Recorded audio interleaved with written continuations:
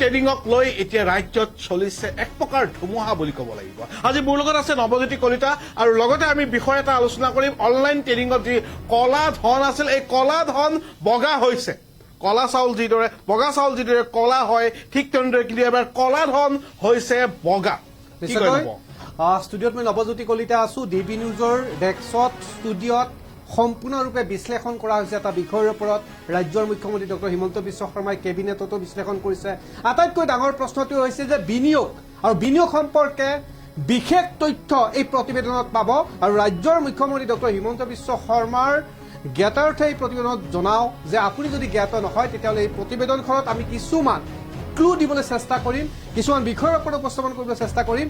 গৌতম, আটাইতকৈ ডাঙৰ কথাটো হৈছে যে বিনিয়োগ প্ৰসংগত সংবাদ মাধ্যমতো চৰ্চা লাভ কৰি আছে আৰু বিনিয়োগ শেহতীয়াভাৱে সংবাদ মাধ্যমলৈকে ঠেলিছে। এই বিনিয়োগ প্ৰসংগত ক'ৰবাত নহয় ক'ৰবাত এই বিনিয়োগ প্ৰসংগত সংবাদ মাধ্যমক লৈ চৰ্চা হৈছে তিনিটা মাধ্যমত। গৌতম, নিশ্চয়কৈ সংবাদ মাধ্যমত চৰ্চা হৈছে, সংবাদ মাধ্যমতো বিনিয়োগ কৰা হৈছে বুলি প্ৰশ্ন উপস্থাপন হৈছে, প্ৰশ্ন কৰা হৈছে, ৰাইজে প্ৰশ্ন কৰিছে, সামাজিক মাধ্যমত প্ৰশ্ন হৈছে, বিভিন্নজন জ্যেষ্ঠ সাংবাদিকে প্ৰশ্ন কৰিছে, লগে লগে প্ৰশ্ন কৰিছে আচলতে কনিষ্ঠজনে যিসকল আছে সাংবাদিকতাত আহিব বিচাৰিছে বা সাংবাদিকতা সম্পৰ্কত তেওঁলোকে জানিব বিচাৰিছে, তেওঁলোকে প্ৰশ্ন কৰিছে, তেওঁলোকে অভিভাৱকে প্ৰশ্ন কৰিছে যে আচলতে এই কলা ধনসমূহ বিনিয়োগ কৰা হৈছে নেকি সংবাদ মাধ্যমত।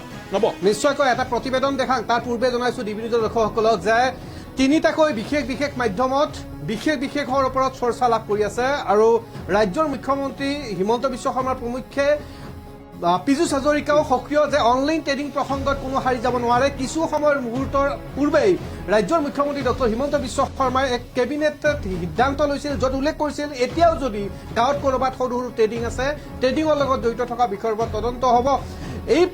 এই প্ৰতিবেদনত জনোৱা হ'ব যে বিনিয়োগ কোনবিলাক ব্যক্তি বা কোন সংবাদ প্ৰতিষ্ঠানলৈকে, কোন সামাজিক মাধ্যমলৈকে কোনে বিনিয়োগ কৰাৰ কথা উল্লেখ কৰিছে আৰু কিমান কোটি টকাৰ বিনিয়োগ হৈছে।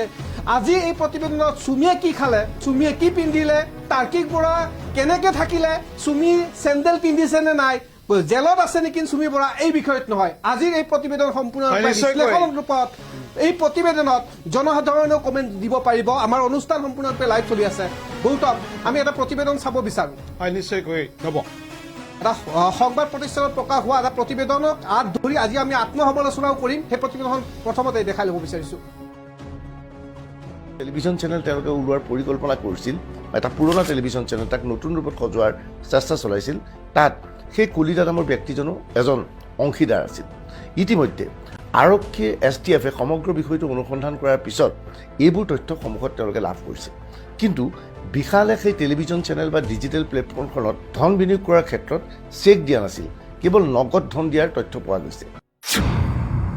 বহু টিভি চেনেল বাগৰি নতুনকৈ পৰ্টেল আৰম্ভ কৰা এজন বিতৰ্কিত সাংবাদিকৰ লগত ডিবিৰ কি সম্পৰ্ক? নতুন পৰ্টেলটোত কিমান কোটি টকা বিনিয়োগ কৰিছিল ডিবি ষ্টকৰ স্বত্বাধিকাৰী দীপাংকৰ বৰ্মনে? সত্য বাহিৰ হ'বনে? নতুন পৰ্টেলটোৱে কিয় চুমি বৰা আৰু দীপাংকৰ বৰ্মনক বাৰে বাৰে প্ৰমোচন কৰিছিল? আৰু নতুনকৈ যিটো টেলিভিছন চেনেল তেওঁলোকে ওলোৱাৰ পৰিকল্পনা কৰিছিল, এটা পুৰণা টেলিভিছন চেনেল তাক নতুন ৰূপত সজোৱাৰ চেষ্টা চলাইছিল। এই প্ৰতিবেদনত প্ৰকাশ হৈছে অসমৰ এজন জ্যেষ্ঠ সাংবাদিক অতনু ভূঞাই প্ৰকাশ কৰিছে যে ইয়াত বিনিয়োগ কৰিছে বিশেষভাৱে চুমি আৰু বিশাল প্ৰসংগত উল্লেখ কৰিছে যে এটা নতুনকৈ আৱিৰ্ভাৱ হোৱা এটা ছেটেলাইট চেনেলত, নতুনকৈ নাম সলনি হোৱা এটা ছেটেলাইট চেনেলত বিনিয়োগ কৰিছে বিশাল ফুকনে। আৰু এই কথা আমাৰ নহয়, জ্যেষ্ঠ সাংবাদিক অতনু ভূঞাই উল্লেখ কৰিছিল। আৰু সমান্তৰালভাৱে এটা চেনেলত প্ৰকাশ হৈছে এটা বাতৰি, যি বাতৰিত উল্লেখ কৰিছে যে ডিবি ষ্টকৰ স্বত্বাধিকাৰী দীপাংকৰেও বিনিয়োগ কৰিছে নতুনকৈ জন্ম লাভ কৰা এটা পৰ্টেলত। বিষয়টো উপস্থাপন হৈছে আৰু বিষয়টো এইকাৰণে ডিবি নিউজৰ আজিৰ বিশেষ প্ৰতিবেদনত চৰ্চা হিচাপে কৰিছো, যাতে প্ৰশাসনৰ লোকে এই বিনিয়োগকাৰী লোকসকলক যাতে আটক কৰিব পাৰে, কোনে কিমান কোটি টকাৰ বিনিয়োগ কৰিলে এই প্ৰসংগত যাতে সত্যতাটো ওলাই আহে।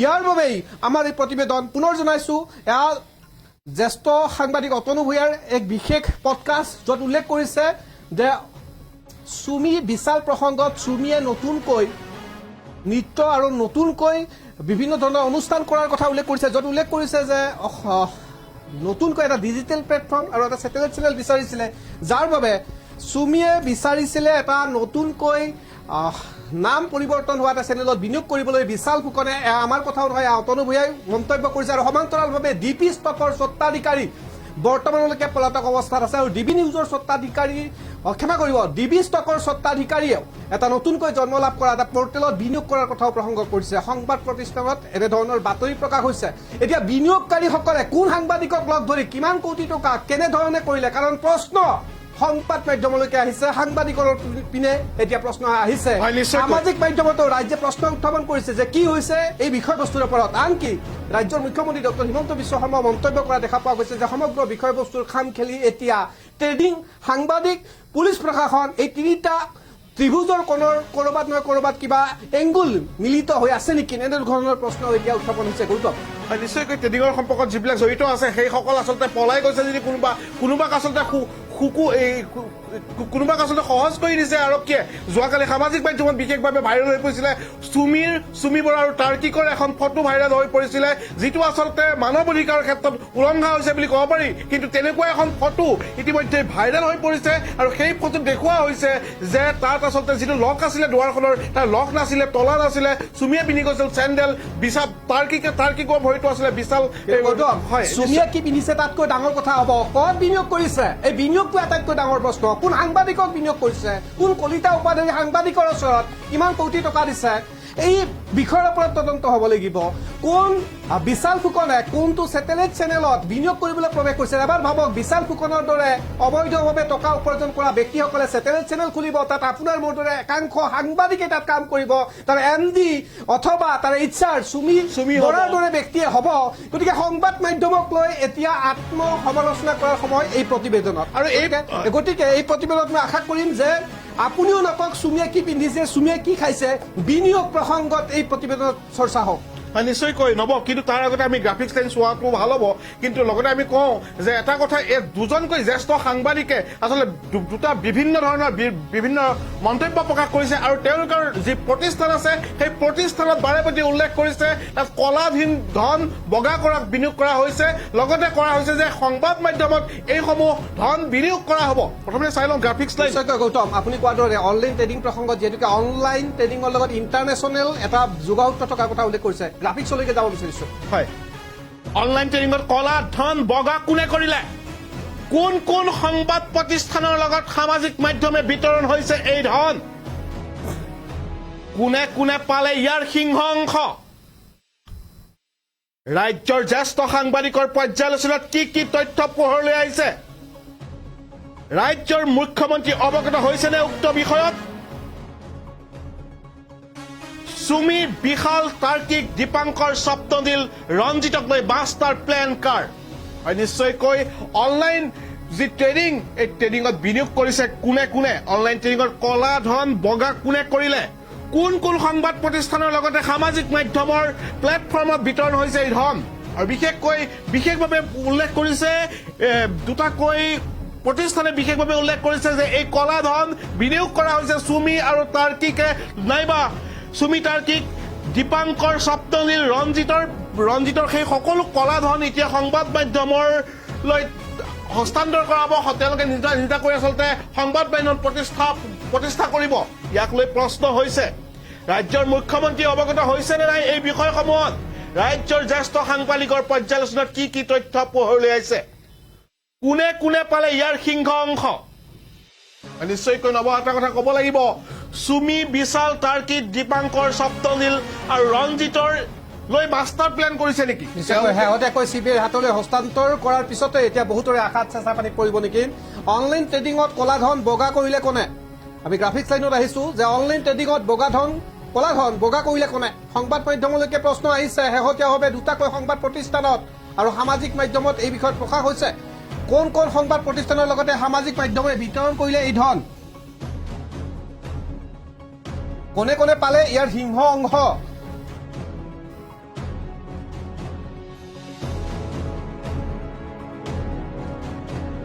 ৰাজ্যৰ জ্যেষ্ঠ সাংবাদিকৰ পৰ্যালোচনাত কি তথ্য পোহৰলৈ আহিল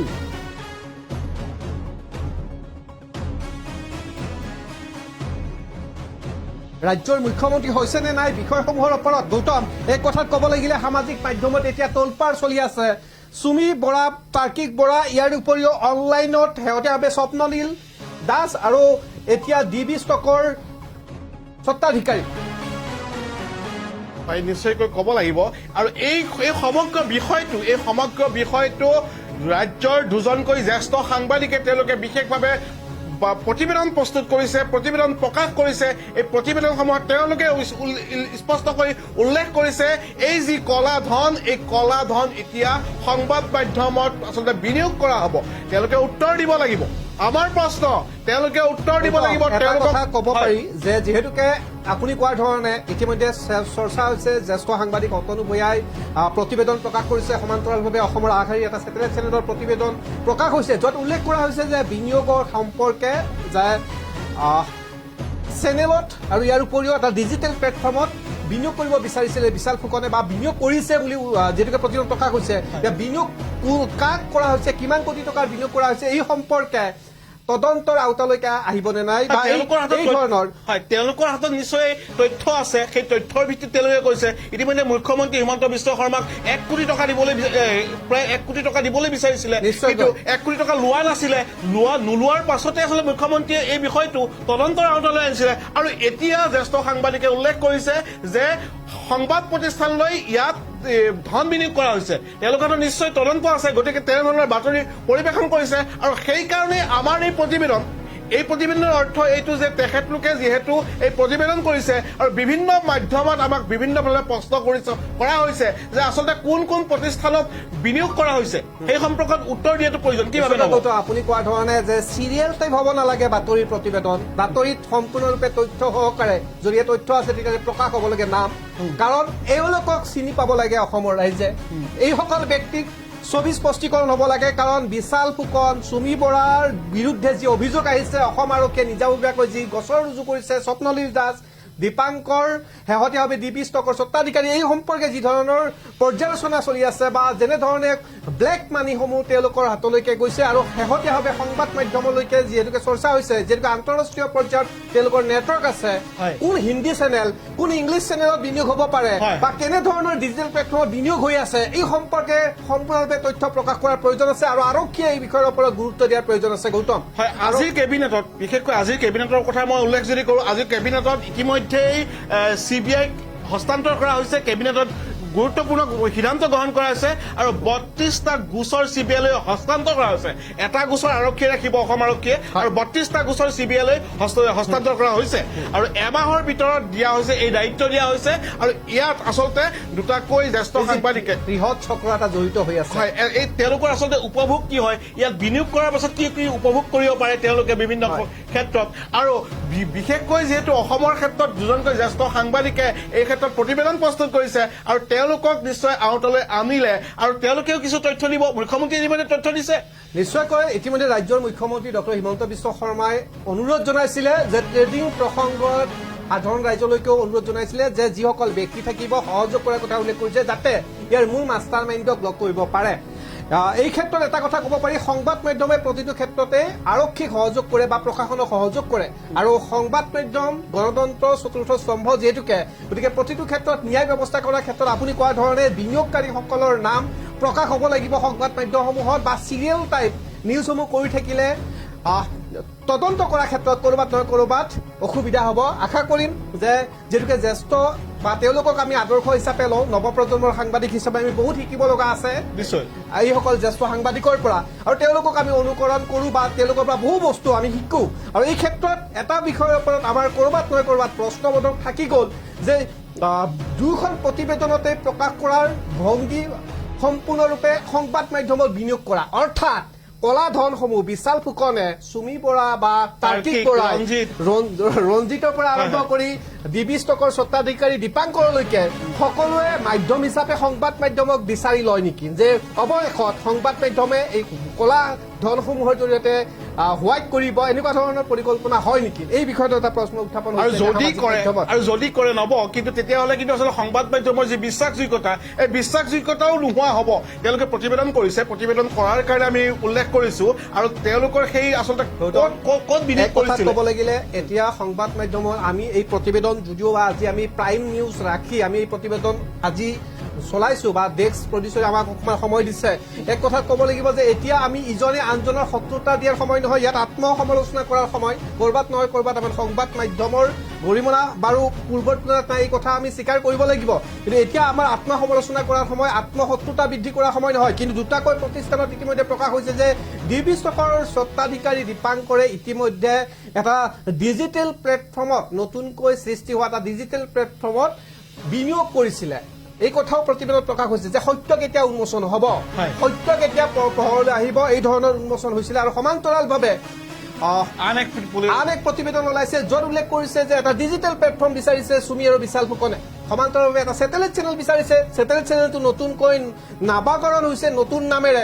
তাত বিনিয়োগ কৰাৰ কথা ওলাইছে গতিকে কোনোবা ডিব্ৰুগড়ৰ কলিতা উপাধিৰ ব্যৱসায়ীৰ হাতত টকাৰ লেনদেন হৈছে বৃহৎ পৰিমাণৰ এইসমূহ বিষয়ৰ ওপৰত কেতিয়া সম্পূৰ্ণৰূপে তথ্য পোহৰলৈ যেতিয়া আহিব তেতিয়া আৰু বহু ব্যক্তিৰ নাম পোহৰলৈ আহিব গৌতম নিশ্চয়কৈ আজি মুখ্যমন্ত্ৰীৰ যি ভাষ্য এই মুখ্যমন্ত্ৰীৰ ভাষ্যও কিন্তু একে ইয়াতে ৰহস্যৰ বিষয় হৈ পৰিছে মুখ্যমন্ত্ৰীয়ে উল্লেখ কৰিছে যে মই যেতিয়া চুমিৰ ইণ্টাৰভিউটো আচলতে এটা টিভি চেনেলত চাই আছো আৰু দৰ্শক হিচাপে ময়ো আছো আৰু মোৰ আচৰিত লাগিছে য'ত জেলত থাকিব লাগিছিলে কিন্তু আছে টিভিৰ ষ্টুডিঅ'ত আছে তেনেধৰণৰ বক্তব্য ৰাখিছে এই কথাত সেয়া এজন জ্যেষ্ঠ সাংবাদিকৰ ক্ৰেডিট যেনেকৈ নহওক এটা এক্সক্লুচিভ ইণ্টাৰভিউ লোৱাটো এটা ক্ৰেডিট কিন্তু ক'ৰবাত নহয় ক'ৰবাত পুলিচ আৰু সাংবাদিকৰ সম্পৰ্কৰ ওপৰত মুখ্যমন্ত্ৰীয়ে এটা মন্তব্য দিছে যে কেবিনেটত বিশেষ সিদ্ধান্ত লোৱাৰ কথা কৈছে আমাৰ সেই মন্তব্যটো ইতিমধ্যে আহি পৰিছে মন্তব্যটো যদি সম্ভৱ হয় পিছিয়াৰে দেখাব মুখ্যমন্ত্ৰীৰ শেহতীয়া মন্তব্য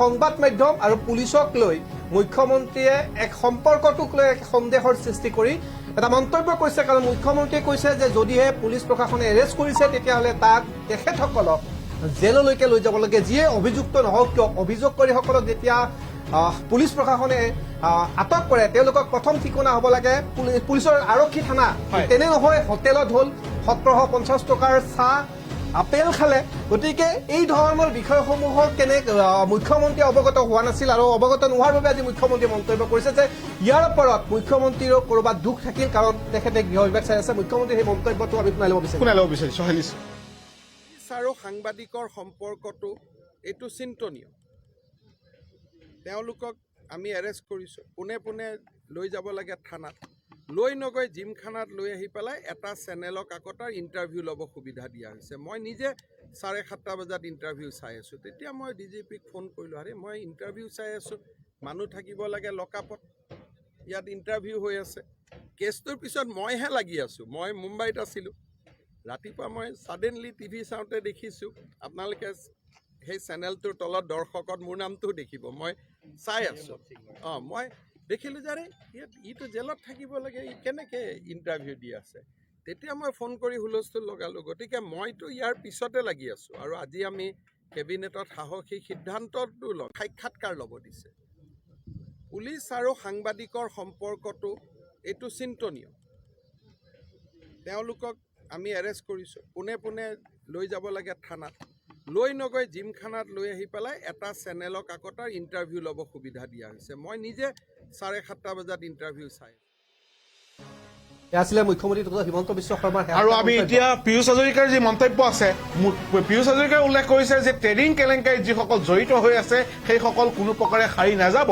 আৰু বিভিন্ন ক্ষেত্ৰত আমি ইয়াৰ পূৰ্বৰ প্ৰতিবেদনটো কৰিছিলোঁ বিভিন্ন অভিনেতাৰ নাম কোৱা হৈছিলে ইউটিউবাৰ নাম কৰা হৈছিলে কিন্তু এটা বিষয় আমি ক'ব লাগিব যিসকল বেংক বিষয়া আছে বেংক কৰ্মচাৰী আছে তেওঁলোকৰ নাম কেতিয়া প্ৰকাশ পাব কিন্তু এইখিনি সময়তে আমি শুনিব বিচাৰিম পীয়ুষ হাজৰিকাৰ যি মন্তব্য শুনিম কিন্তু আৰক্ষীৰ হাতত এখন দীঘলীয়া তালিকা ইতিমধ্যে প্ৰস্তুত হৈছে আৰক্ষীৰ হাতত এখন দীঘলীয়া তালিকা প্ৰস্তুত হৈছে আৰু এই তালিকাত বহু ইউটিউবাৰৰ নাম আছে অসমৰ আগশাৰীৰ কণ্ঠশিল্পীৰ নাম আছে গতিকে আৰক্ষীয়ে পৰ্যায়ক্ৰমে তেওঁলোকসকলক নিমন্ত্ৰণ দিব কিন্তু এই প্ৰতিবেদন এইকাৰণে কৈছো যে আৰক্ষীয়ে তেতিয়া সফল হ'ব যেতিয়া এওঁলোকৰ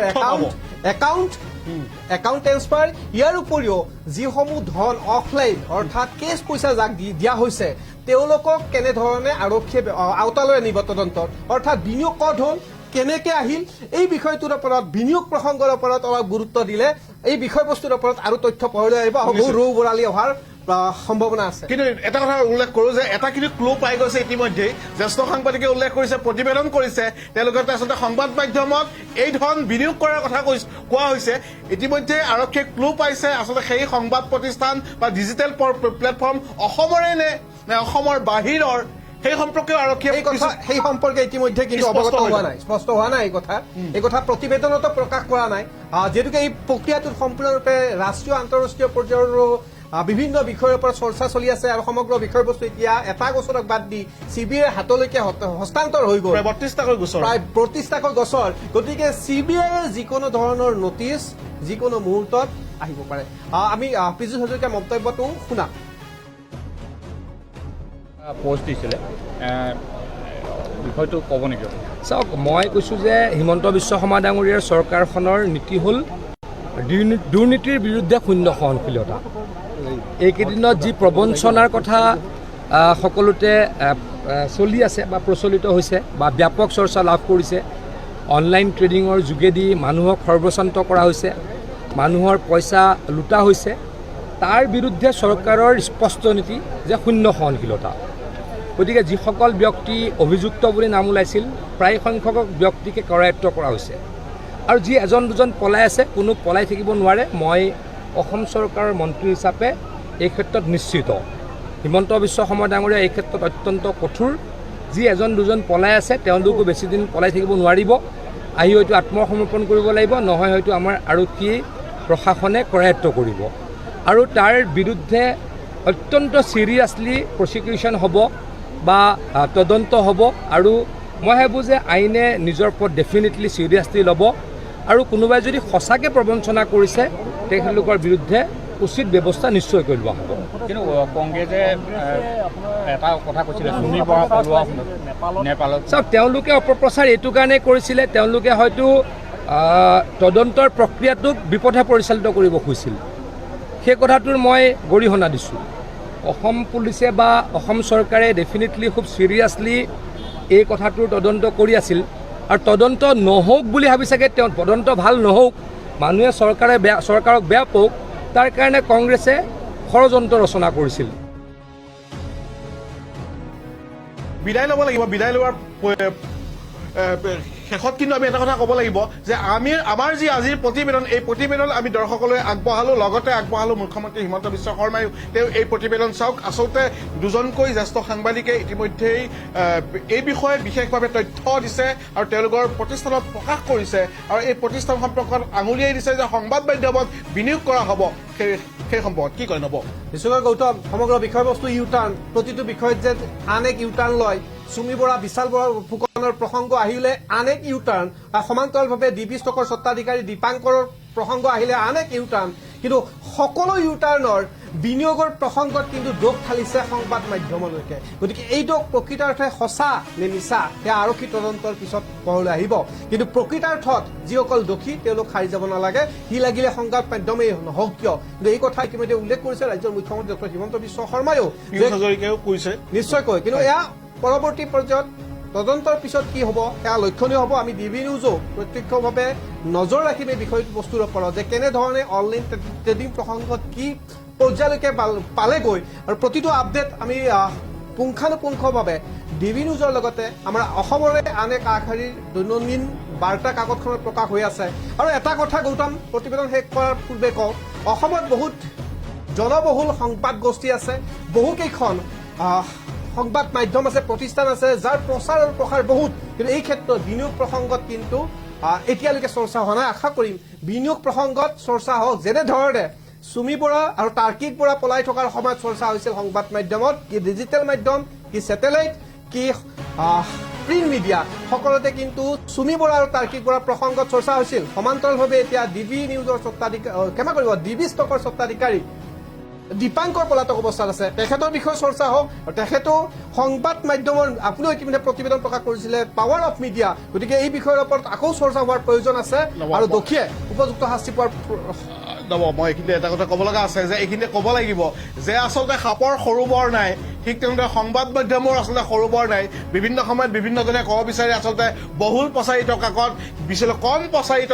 কাকত তেনেধৰণৰ শ্ৰেণী বিভক্ত কৰিব বিচাৰে। কিন্তু আজিৰ তাৰিখত ওলাই পৰিছে নতুনকৈ প্ৰতিষ্ঠান লাভ, নতুনকৈ আত্মপ্ৰকাশ ঘটা এটা আচলতে ডিজিটেল প্লেটফৰ্ম বা নতুনকৈ নাম সলনি কৰা এটা সংবাদ প্ৰতিষ্ঠান। এই সংবাদ প্ৰতিষ্ঠানসমূহে কিন্তু আজিৰ তাৰিখত এই বিনিয়োগৰ ক্ষেত্ৰত যেনেধৰণৰ বাতৰি সম্প্ৰচাৰ কৰিছে সেই বাতৰি আচলতে চমকপ্ৰদ হৈছে, আৰু চমকপ্ৰদ হোৱাৰ কাৰণেই আচলতে আমি এই প্ৰতিবেদন কৰিব পাৰিছো, আৰু লগতে ট্ৰেডিং সম্পৰ্কত গোটেই বিষয়টো কেলেংকাৰী বিষয়টো এক কথাত ক'ব লাগিব, ট্ৰেডিং সম্পৰ্কে যি ধৰণে অবৈধ ব্যৱসায় চলি আছিল আৰু এই ব্যৱসায় প্ৰসংগত শেহতীয়াভাৱে সংবাদ মাধ্যমলৈকে যিহেতুকে আঙুলি আহিছে, আৰু এই কথা বিশেষভাৱে প্ৰতিবেদনত প্ৰকাশ হৈছে, আৰু দুখনকৈ বিশেষ সংবাদগোষ্ঠীৰ পৰা প্ৰকাশ হৈছে, ডিজিটেল প্লেটফৰ্ম সমান্তৰালভাৱে ছেটেলাইট চেনেলৰ পৰা প্ৰকাশ হৈছে। গতিকে এই বিষয়বস্তুৰ ওপৰত উচিত তদন্ত হ'লে আৰু তথ্য পোহৰলৈ আহিব গৌতম। কিন্তু এটা কথা আশা কৰিম যে সংবাদ মাধ্যমলৈকে যাতে প্ৰশ্নসমূহ যেতিয়া আহে ইয়াৰ তদন্ত সঠিক হ'ব লাগে, যাতে এতিয়া ন্যায় ব্যৱস্থাৰ ওপৰত সকলোৰে যিহেতুকে আস্থা আছে, আৰু সংবাদ মাধ্যমৰ এনেই বিভিন্ন ক্ষেত্ৰত বিভিন্ন ধৰণৰ দাগ, বিভিন্ন ধৰণৰ চৰ্চা চলি থাকে। গতিকে এই বিষয়ত শেহতীয়াভাৱে অনলাইন ট্ৰেডিং বিষয়টোৰ ওপৰত যিহেতুকে বিনিয়োগ প্ৰসংগত অৰ্থাৎ ক'লা ধনসমূহ সংবাদ মাধ্যমলৈকে লৈ গৈ বগা কৰাৰ যি প্ৰসংগ বা চৰ্চা চলি আছে এই মুহূৰ্তলৈকে সামাজিক মাধ্যমৰ পৰা আৰম্ভ কৰি প্ৰতিটো প্লেটফৰ্মত, গতিকে এই বিষয়ত এটা উচিত তদন্ত হোৱাৰ খুবেই প্ৰয়োজন আছে গৌতম। হয়, নিশ্চয়কৈ। কিন্তু শেষত চাব লাগিব যে আমাৰ যি প্ৰতিবেদন কৰিছিলো আচলতে সংবাদ প্ৰতিষ্ঠানত জ্যেষ্ঠ সাংবাদিকে কি প্ৰতিবেদন কৰিছে, আৰু সেই সম্পৰ্কত আমি দেখাব বিচাৰিম। সম্পাদিত ৰূপত দেখা দিছো এটা পুৰণা টেলিভিশ্যন চেনেল তাক নতুন ৰূপত সজোৱাৰ চেষ্টা চলাইছিল। তাত সেই কলিতা নামৰ ব্যক্তিজনো এজন অংশীদাৰ আছিল। ইতিমধ্যে আৰক্ষীয়ে STFে সমগ্ৰ বিষয়টো অনুসন্ধান কৰাৰ পিছত এইবোৰ তথ্য সন্মুখত তেওঁলোকে লাভ কৰিছে। কিন্তু বিশালে সেই টেলিভিশ্যন চেনেল বা ডিজিটেল প্লেটফৰ্মখনত ধন বিনিয়োগ কৰাৰ ক্ষেত্ৰত চেক দিয়া নাছিল, কেৱল নগদ ধন দিয়াৰ তথ্য পোৱা গৈছে। বহু টিভি চেনেল বাগৰি নতুনকৈ পৰ্টেল আৰম্ভ কৰা এজন বিতৰ্কিত সাংবাদিকৰ লগত ডিবিৰ কি সম্পৰ্ক? নতুন পৰ্টেলটোত কিমান কোটি টকা বিনিয়োগ কৰিছিল ডিবি ষ্টকৰ স্বত্বাধিকাৰী দীপাংকৰ বৰ্মনে? সত্য বাহিৰ হ'বনে? নতুন পৰ্টেলটোৱে কিয় সুমি বৰা আৰু দীপাংকৰ বৰ্মনক বাৰে বাৰে প্ৰমোচন কৰিছিল? আৰু নতুনকৈ যিটো টেলিভিশ্যন চেনেল তেওঁলোকে ওলোৱাৰ পৰিকল্পনা কৰিছিল, এটা পুৰণা টেলিভিশ্যন চেনেল তাক নতুন ৰূপত সজোৱাৰ চেষ্টা চলাইছিল, তাত সেই কলিতা নামৰ ব্যক্তিজনো এজন অংশীদাৰ আছিল। ইতিমধ্যে আৰক্ষীয়ে STFে সমগ্ৰ বিষয়টো অনুসন্ধান কৰাৰ পিছত এইবোৰ তথ্য সন্মুখত তেওঁলোকে লাভ কৰিছে। কিন্তু বিশালে সেই টেলিভিশ্যন চেনেল বা ডিজিটেল প্লেটফৰ্মখনত ধন বিনিয়োগ কৰাৰ ক্ষেত্ৰত চেক দিয়া নাছিল, কেৱল নগদ ধন দিয়াৰ তথ্য পোৱা গৈছে। বহু টিভি চেনেল বাগৰি নতুনকৈ পৰ্টেল আৰম্ভ কৰা এজন বিতৰ্কিত সাংবাদিকৰ লগত ডিবিৰ কি সম্পৰ্ক? নতুন পৰ্টেলটোত কিমান কোটি টকা বিনিয়োগ কৰিছিল ডিবি ষ্টকৰ স্বত্বাধিকাৰী দীপাংকৰ বৰ্মনে? সত্য বাহিৰ হ'বনে? নতুন পৰ্টেলটোৱে কিয় সুমি বৰা আৰু দীপাংকৰ বৰ্মনক বাৰে বাৰে প্ৰমোচন কৰিছিল? আৰু নতুনকৈ যিটো টেলিভিশ্যন চেনেল